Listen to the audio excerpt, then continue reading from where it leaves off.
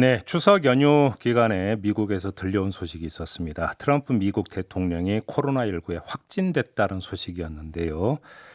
자, 이렇게 되면 미국 대선이 어떻게 되는지도 궁금해졌고요. 또 한반도에 미치는 영향이 어떻게 되는 거냐, 뭐 10월 서프라이즈 이런 이야기가 있었는데 이게 물 건너가는 거냐 이런 것도 관심사였습니다. 자, 이런 것들 모아서 이분께 한번 질문 드려보도록 하겠습니다. 김준영 국립외교원장 전화로 만나봅니다. 나와 계시죠? 네, 안녕하십니까. 네, 김주정입니다. 네, 추석 연휴는 잘 보내셨고요. 네, 네, 조금 감사합니다. 전에 지금 속보가 떴는데 트럼프 미국 대통령이 차 타고 병원 밖에 외출을 했다. 네, 지지자들에게 네, 맞습니다. 손인사를 네, 뭐 네. 건넸다라고 하는 이런 속보가 들어오는 거 보니까 병세는 그렇게 심각하지는 않은 것 같아요. 예, 약간 중간에 조금 문제가 있었다가 아마 회복 중인 것으로 보입니다. 네. 그럼 이러면 뭐 미국 대선 일정이 연기된다든지 후보가 교체된다든지 이런 시나리오는 뭐 현실성 없는 거로 봐도 되는 거죠? 아직까지는 뭐 48시간 정도 어제 얘기인데요. 예, 48시간 정도가 이제 가장 중요한 시간인데 그 시간에 괜찮아지면 네, 아마 큰 문제는 없을 거라고 보입니다. 예. 그래요. 아무튼 그러니까 그 병원에 입원을 했는데요. 돌발 상황이잖아요. 이게 네. 대선 결과에 어떤 영향을 미칠 거라고 진단을 하세요, 원장님은?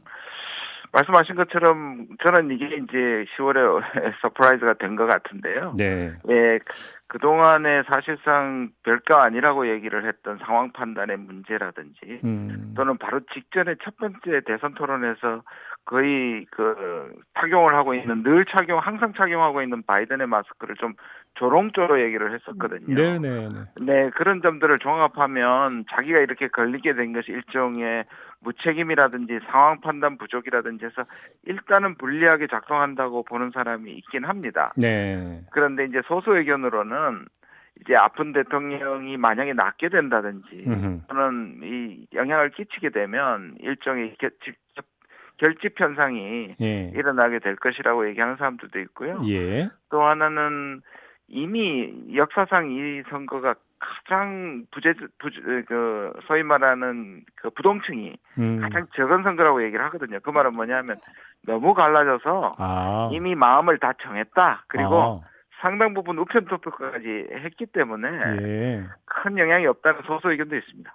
그러면 그 4년 전에 선거 때 샤이 트럼프라고 있지 않았었습니까? 네네, 이번 맞습니다. 선거에서는 거의 샤이 트럼프도 없다 이렇게 봐야 되는 겁니까?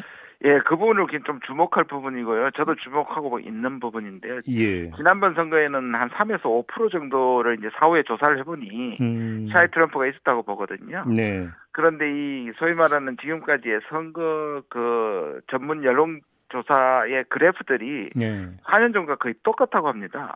그래요? 근데 추이가? 예. 그 말은 이제 뒤집어 줄 수 있는 여지가 있지 않느냐는 사람들이 있고 네. 또 반면에는 그때는 몰랐던 샤이 트럼프가 음. 지금은 다 나왔고 이미 그거를 주목하고 있다. 그리고 말씀하신 것처럼 이미 샤이 트럼프는 거의 없어졌다면 네. 오히려 이것이 바이든한테 유리한 것이 아닌가 이렇게 해석하는 사람들도 있습니다. 아, 그러게요. 샤이 트럼프가 없어졌다면 지금의 여론조사상의 어떤 격차라고 하는 게 결과로 반영될 가능성이 높다는 이야기가 되는 높다, 거네요. 훨씬 더 지난번보다 높다는 얘기는 바이든한테 더 유리하다는 얘기죠. 그렇죠. 근데 만약에 샤이 트럼프 층이 있다고 한다면 이 여론조사는 나중에 또 뒤집힐 수도 있다는 이야기가 되는 예, 거니까. 그렇습니다. 네네. 근데 만약에 지금 이렇게 양극화 현상이 뚜렷하다면 뭐 그 트럼프의 병세가 대선 판도에 미치는 영향은 또 제한적이다 이렇게밖에 볼 수 없는 거 아닌가요? 저는 그렇게 생각합니다. 만약에 이제 또 뭐 갑자기 또 악화가 돼가지고 네. 건강에 이상이 생기는 변수가 아니라면 음. 오늘 보인 것처럼 이렇게 서서히 회복되고 생각보다 빨리 회복돼서 업무에 복귀한다면 네. 사실상 큰 영향은 없을 거라고 저는 생각합니다. 아, 그래요? 알겠습니다. 자, 근데 또 이게 그 영향이 한반도에도 미치고 있는 건 아니겠습니까? 일단 이전부터 여쭤봐야 되겠는데요. 이제 네, 한반도에서의 10월 서프라이즈 이야기가 계속 있었잖아요. 네네. 물론 이거는 그냥 설이었는데 예. 일정한 근거를 갖고 있었던 설이었는지부터 좀 여쭤보겠습니다. 왜 그렇게 얘기했냐면 7월 10일 김여정의 이제 중앙통신을 통한 성명 이후에 네. 미국 내부에서는 이제 그전에도 만나고 싶다는 의사도 표현했고 적어도 이 커튼 뒤에서는 네. 그런 움직임들이 분명히 있었던 것 같습니다. 네. 미국은 왜냐하면 한번 만나는 것들을 원했는데 음흠. 이게 이제 입장이 완전히 달랐거든요. 북한은 더 이상은 이벤트에 끌려가지 않겠다는 것이었고 네. 미국은 만약에 이벤트에 끌려가지 않는 북한을 끌어내기 위해서는 양보를 해야 되는데 예. 그 양보는 북한한테 이제 지는 것처럼 보이니까 오히려 음. 선거에 도움이 안 되거든요. 그런 네. 입장차 때문에 예. 사실상 실현되지 않았던 것 같습니다. 그러면 애당초 10월 서프라이즈라고 하는 것들이 그냥 일각의 설에 불과했다 이렇게 봐야 된다는 이야기가 되는 거면 네네. 그러니까 지금 폼페이오 미 국무장관이 사실은 그 일본 갈 때 한국도 거쳐갈 계획 아니었습니까? 네, 맞습니다. 그러면 한국에 오려고 했던 목적이 뭐였어요, 애당초? 폼페이오가. 보시면 우리가 남북미를 보면 삼각형으로 보면 변이 세 개지 않습니까? 예. 그렇게 보면 지금 남북이나 북미는 사실상 친서 정도만 오갈 정도로 매우 그 커뮤니케이션 자체가 안 되니까 예. 사실 되는 한미 쪽에서 계속 남북미 한반도 상황을 계속 우리가 노력하고 있다는 것을 보여주는 일종의 외교적 행위라고 볼 수 있고요. 네. 그거는 우리 측에서나 비건이나 또는 폼페이오에 예정된 방문이나 최종건 차관이나 또는 이도훈 네네. 한반도 평화본부장이 계속 하는 것은 한미에서는 계속 일을 하겠다는 것이고요. 예.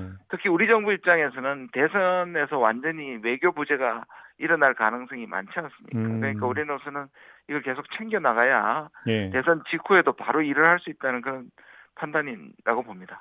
그러면 예를 들어서 문재인 대통령이 유엔 연설에서 종전선언을 언급을 하고 그 전후로 최종권 외교차관, 김현종 안보실 2차장, 그다음에 이도훈 한반도 평화교섭본부장 뭐 줄줄이 워싱턴행 이게 결국은 뭐 10월 20 며칠이라는 날짜까지 나온 바가 있었는데 북미 간 고위급 회담 이걸 이제 밑바탕에 깔고 있는 거 아니냐는 분석이 있었는데 이게 아니라는 말씀이십니까, 정리라면? 그게 이제 확실한 건요. 네. 우리는 이제 사실상 남북미 또는 남북미중이 이 종전선언을 하는 것들이 이때까지 추진됐는데 안 됐지 않습니까? 예. 그렇다면 종전선언도 단계론으로 할 수 있지 않느냐. 예를 들자면 이제 우리가 종전선언을 던지고 그다음에 한미가 하고 그다음에 이제 북한이 나오게 되면 남북미로 가는 일종의 종전선언의 단계론인데요. 네.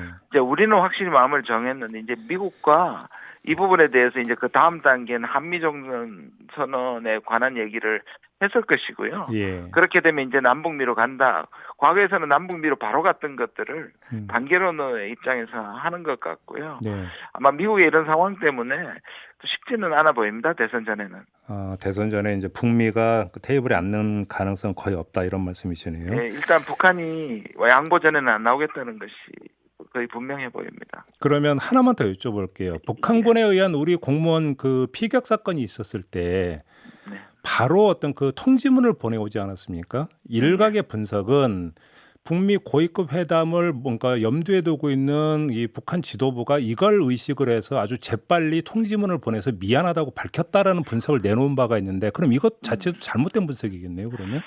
그런 측면이 전혀 없지는 않겠지만요. 북한은 지금 조건부 회담 재개니까 그 예. 부분에 대해서는 미국이 나오지 않는 한은 안 나오겠다는 것이지만 지금 북미나 이 남북의 정상 간의 관계는 유지를 해야 네. 전체판이 뒤집어지지 않는다는 점에서 네. 발표를 했고요. 그다음에 우리 이 대화까지 다 감청이 된 상황에서 사실상 그것을 정상 국가를 지향하는 김정은에게 이걸 그냥 지나갈 수 없다고 빠른 판단을 한 것 같습니다. 그렇게 보시는 거고요.